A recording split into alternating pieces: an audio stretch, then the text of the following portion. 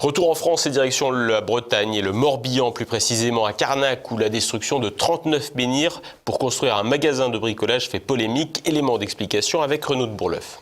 Un site notifié sur une liste indicative de l'UNESCO, parti en poussière. En août 2022, le maire de Carnac, petite commune de 4000 habitants, a accordé un permis de construire à la société Monsieur Bricolage pour un nouveau magasin. Le 2 juin, Christian Obels, correspondant du laboratoire de recherche archéologie et architecture de l'Université de Nantes, a révélé que le chantier était situé sur un site comprenant 39 menhirs multimillénaires détruits pour les besoins du magasin. Ces menhirs faisaient partie des 397 mégalithes des rives de Carnac et du Morbihan, inscrits sur une liste indicative de l'UNESCO. Élu maire en 2014, sans appartenance politique, Olivier Lepic s'était représenté en 2020 en faisant campagne notamment sur la préservation du patrimoine local et environnemental. 2 ans plus tard, 39 menhirs présents sur le sol breton depuis 7000 ans étaient détruits. Plus étonnant encore, le maire Lepic est président de l'association Paysages de Mégalithes qui gère la candidature des paysages de mégalithes de Carnac et des rives du Morbihan au patrimoine mondial de l'UNESCO. À l'occasion de l'officialisation d'une candidature à l'UNESCO, il affirmait à propos des mégalithes de Carnac, je cite, « Si ça ne parle pas à l'humanité et si ça n'a pas une valeur universelle exceptionnelle, je ne sais pas ce qu'il y en a ».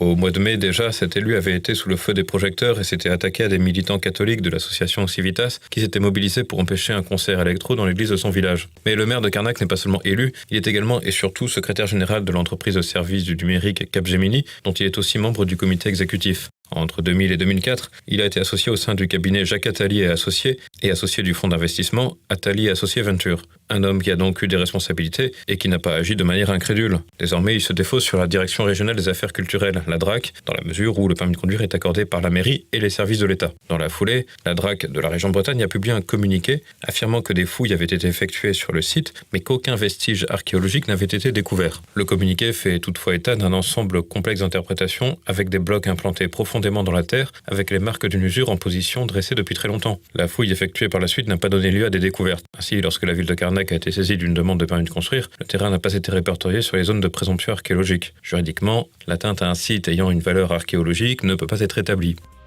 Cet endroit est censé être une vallée sacrée, à leurs yeux, non? De toute façon, ils vont revenir, n'est-ce pas, colonel? Vous aurez besoin de bras pour construire tous les bâtiments que vous projetez.